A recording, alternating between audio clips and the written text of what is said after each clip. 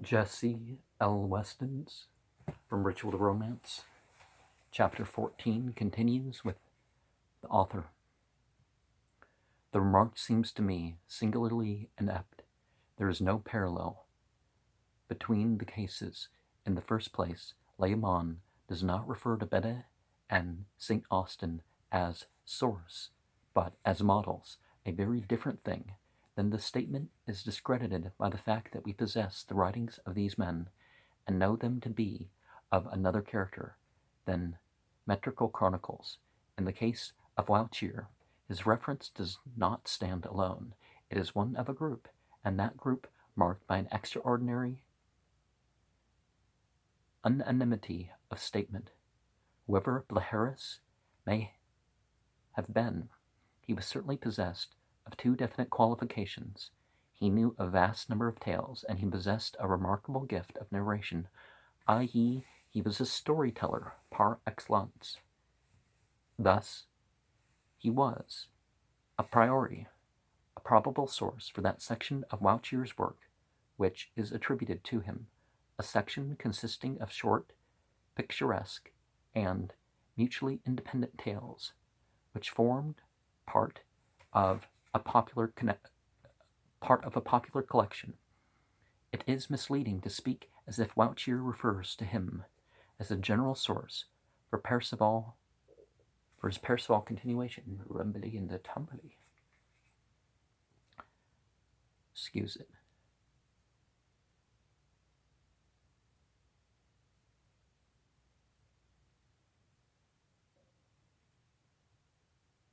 The references are clearly marked and refer to Gawain tales. Apart from the fact that Wauchier's reference does not stand alone, we have independent evidence of the actual existence of such a group of tales in our surviving Gawain poems, certain of which, such as Kay and the Spit,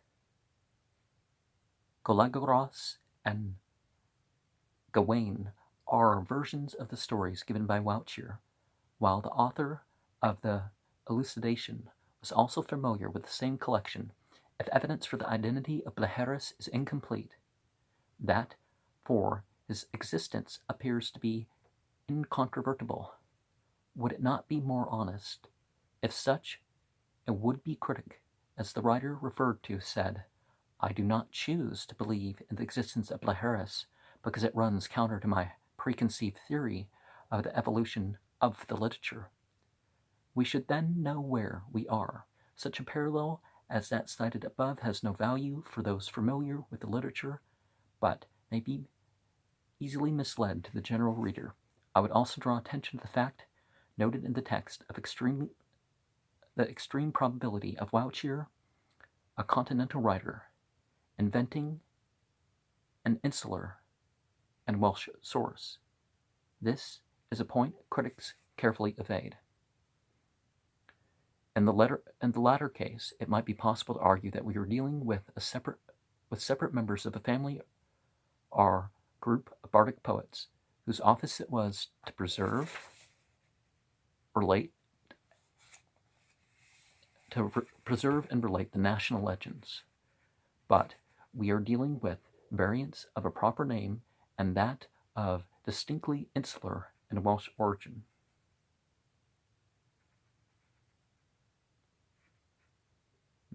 And remarks that he is not met with the name in Armorica, thus it appears to be insular. Okay. The original form, Bledry, was by no means uncommon in Wales, but from that point of view, there might have well been 4 or 5, or even more, of that name, but each and all of these should have possessed the same qualifications, should have been equally well versed in popular traditions, equally dowered with the gift of storytelling, on equally friendly terms with the Norman invaders, and equally possessed of such a knowledge of the French language as should permit them to tell the stories in that tongue, is, I submit, highly improbable. This latter point, i.e., the knowledge of French, seems to me to be of critical importance, given the relations between conqueror and conquered, and the intringent character, the intransigent culture, the intransigent character of Welsh patriotism, the man who were on sufficiently friendly terms with the invaders to be willing to relate the national legends with an assurance of finding a sympathetic hearing, must have been few and far between. I do not think the importance of this point has been sufficiently grasped by the critics. The problem, then, is to find a Welshman who, living at the end of the 11th and commencement of the 12th centuries of the Common Era, was well versed in the legendary lore of Britain, was of sufficiently good social status to be well received at court, possessed a good knowledge of the French tongue, and that can be shown to have been on friendlier terms with the Norman nobles. Mr. Edward Owen of the Cymrodorian Society has suggested that a certain Welsh noble, Bledri ap Cadivor, fulfills, in a large measure, the conditions required. Some years ago I published in the Review Celtique a letter in which Mr. Owen summarized the evidence at his disposal. As the review in question may not be easily accessible to some of my readers, I will recapitulate the principal points.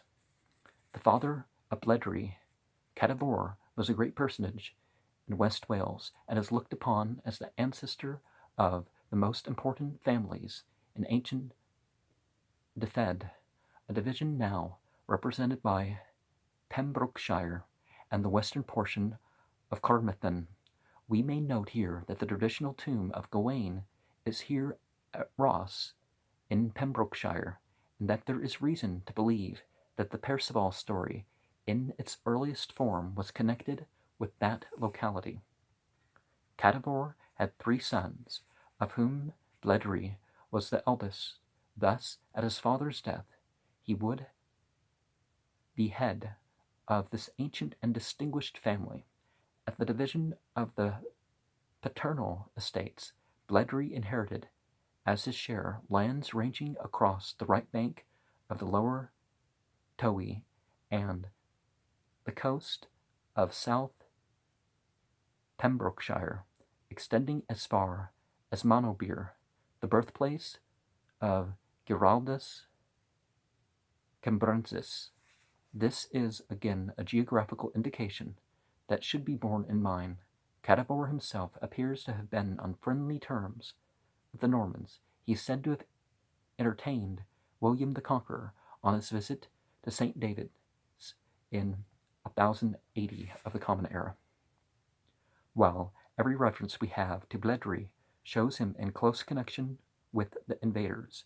Thus, in 1113, Brut ye Cywysogion mentions his name as ally of the Norman knights in their struggle to maintain the ground in and around Carmarthen.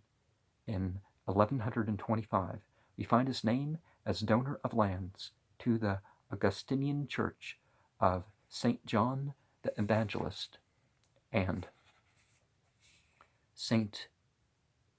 Theuloch of Carmarthen, newly founded by Henry I. Here his name appears with the significant title Latinarius, the interpreter, a qualification repeated in subsequent charters of the same collection. In one of these we find Griffith, the son of Bledri, confirming to his father's gift. Professor Lloyd, in an article in Archaeologia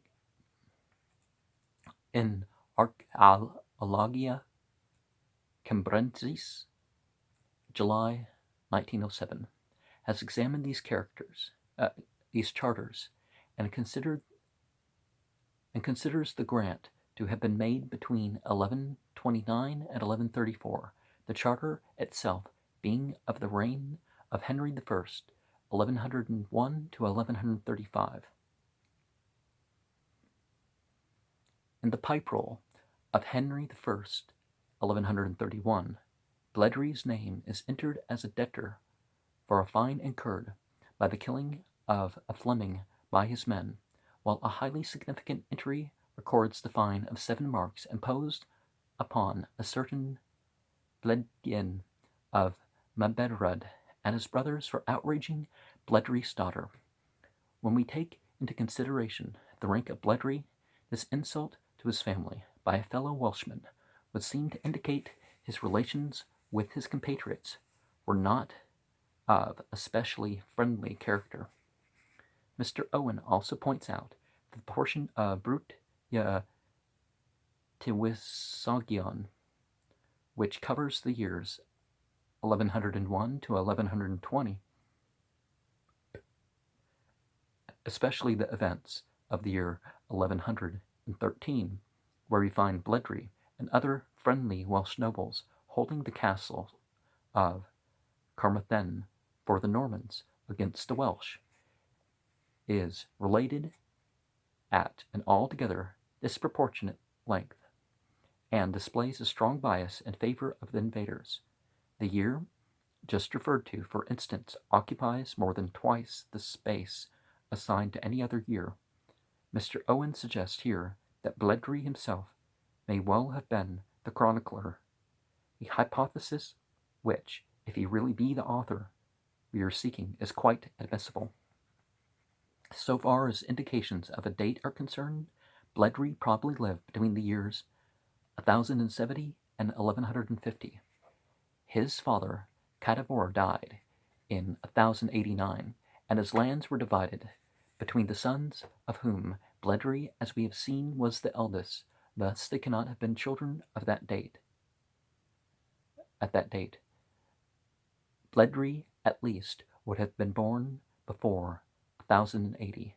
From the evidence of the Pipe Roll, we know that he was living in 1131, the charter signed by his son, confirmatory of his grant, must have been subsequent to 1148, as it was executed during the episcopate of David, Bishop of St. David's, 1148 to 1176. Thus the period of 80 years suggested above, 1070 to 1150 of the Common Era, may be taken as covering the extreme limit to be assigned to his life and activity. The passage in which Giraldus Cambrensis refers to Bledry, that famous storyteller who lived shortly before our time, was written about 1194. Thus it might well refer to a man who had died some 40 or 50 years previously. As we have noted above, Giraldus was born upon the ground forming a part of Bledry's ancestral heritage, and thus might well be familiar with his fame. The evidence is, of course, incomplete, but it does provide us with personally fulfilling the main conditions of a complex problem, and thus we have a man of the required name and nationality living at an appropriate date, of the requisite social position, on excellent terms with the French nobles, and so well acquainted with their language as to sign himself officially the interpreter.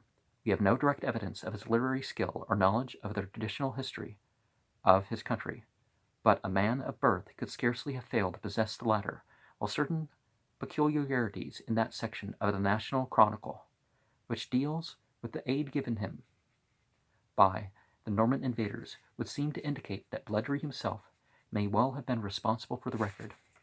Again, we know him to have been closely connected with the locality from which came the writer, who refers to the famous storyteller of the same name. I would submit that we have here quite sufficient evidence to warrant us in accepting Bledry ap Cadivor as, at least, the possible author of the Romantic Grail tradition. In any case, so far, there is no other candidate in the field. In the course of 1915 to 1916, I received letters from Mr. Roger Rees, resident at Stepaside, Pembrokeshire, who informed me that he held definite proof of the connection of Bledry with both Grail and Perceval legends. The locality had been part of Bledry's estate, and the house in which he lived was built on the site of what had been Bledry's castle. Mr. Rogers Rees maintained that the existence of a living tradition connecting Bledry with the legends in question. At his request, I sent him a list of the names of the brothers of Alain Gros, as given in the 1516 edition of Perlesvaus, a copy of which is in the Bibliothèque Nationale, and received in return a letter stating that the list must have been compiled by one familiar with the district. Unfortunately, for a year, from the autumn of 1916, I was debarred from work, and when, on resuming my studies, I wrote to my correspondent asking for the promised evidence, I obtained no answer to my repeated appeal. On communicating with Mr. Owen, I found he had precisely the same experience, and for his part was extremely skeptical as to there being any genuine foundation for our correspondent's assertions. While it is thus impossible to use the statements in question as elements in my argument, I think it right, in the interest of scholarship, to place them on record. They may afford a clue which some Welsh scholar may be able to follow up on a more satisfactory conclusion. Shortly after the publication of the second volume of my Perceval studies, I received a letter from Professor Singer in which, after expressing his general acceptance of the theories there advanced, in especial of the suggested date and relation of the different versions, which he characterized as very successful and very much in accord with my own conception of the development of Old French literature, he proceeded to comment upon the probable character of the literary activity of Bletherus. His remarks are so interesting and suggestive that I venture to submit them for the consideration of my readers. Professor Singer points out that in Eilhard von Oberg's Tristan we find the name in the forms of Pleherin attached to a knight of Mark's court, the same name in a slightly varied form. The Fellerin occurs in the Tristan of Heinrich von Freiburg. Both poems Professor Singer considers are derived from a French original under a compound form. Blihos, or Blio, Bleheris, he appears in the Gawain Grail compilation as a knight at Arthur's court. Now, Brehri, Bleheris is referred to as an authority alike in the Tristan, Grail, and Gawain tradition, and that there are reference. And Professor Singer makes the interesting suggestion that their references are originally due to Bleheris himself, who not only told the stories in the third person, a common device of that period,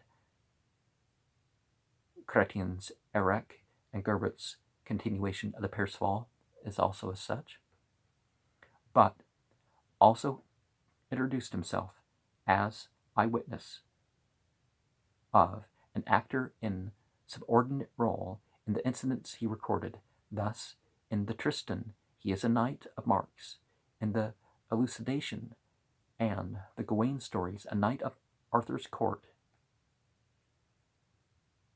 Professor Singer's instances of the case of Darius in the De Exodo Turja and Bishop Pilgrim of Passau in the Lost Nibelungius of his secretary Conrad as illustrations of the story.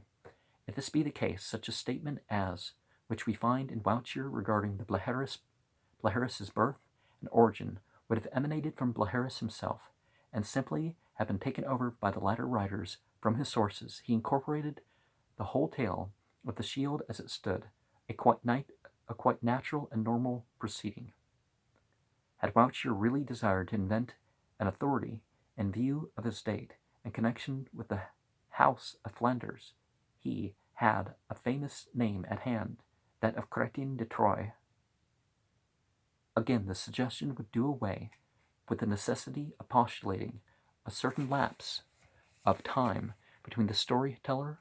Blaheris could be converted into an Arthurian legend, an Arthurian knight. The two roles, author and actor, as Professor Singer expresses it, are coincident in date. I would also suggest that the double form Blaheris would have been adopted by the author himself to indicate the identity of the two, Bilhis and Blaheris. It is worthy of note that when dealing directly with the Grail, he assumes the title of Master, which would seem to indicate that here he claimed to speak with special authority. I sent the letter in question to the late Mr. Alfred Nutt, who was forcibly struck with the possibilities involved in the suggestion, the full application of which he thought the writer had not grasped. I quote the following passages from the long letter I received from him in return. Briefly put, we suppose the existence of a set of semi-dramatic, semi-narrative poems in which a Bledry figures as an active and, at the same time, a recording personage. Now that such a body of literature may have existed, we are entitled to assume, from the fact that two such have survived, one from Wales in the Ewart Hen cycle, the other from Ireland in the Finn saga. In both cases, the fact that the descriptive poems are put in the mouth, and in Wales of Ewart, in Ireland largely of Weston, is it Usheen, led to the ascription at an early date of the whole literature to Ewart and Usheen. It is therefore conceivable that a Welsh literature,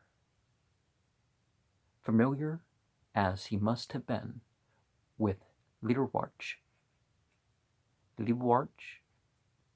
and as quite possibly was with the Weston incidents, should cast his version of the Arthurian stories in a similar form, and that the facts noted by you and Singer may be thus explained.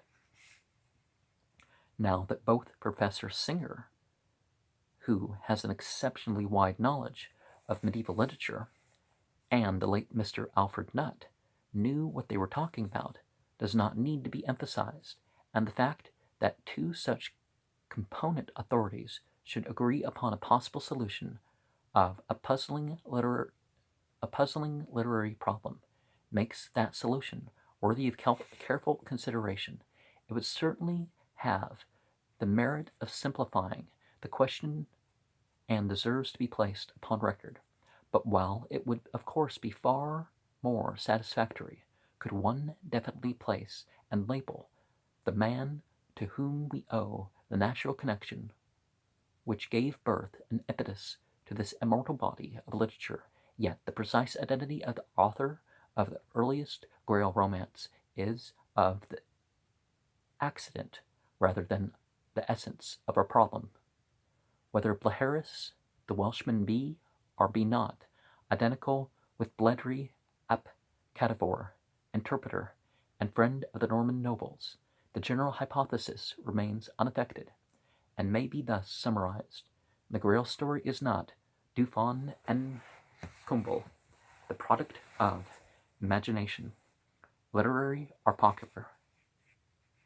At its root lies the record, more or less distorted, of an ancient ritual, having for its ultimate object the initiation into the secret of the sources of life, physical and spiritual. This ritual, in its lower exoteric form, as affecting the processes of nature and physical life, survives today and can be traced all over the world in folk ceremonies, which, however, widely separated, the countries in which they are founded show a surprising identity of detail and intention. In its esoteric mystery form, it was freely utilized for the imparting of high spiritual teaching, considering the relation of man to the divine source of his being, and the possibility of a sensible union between man and God, in purpose, obviously.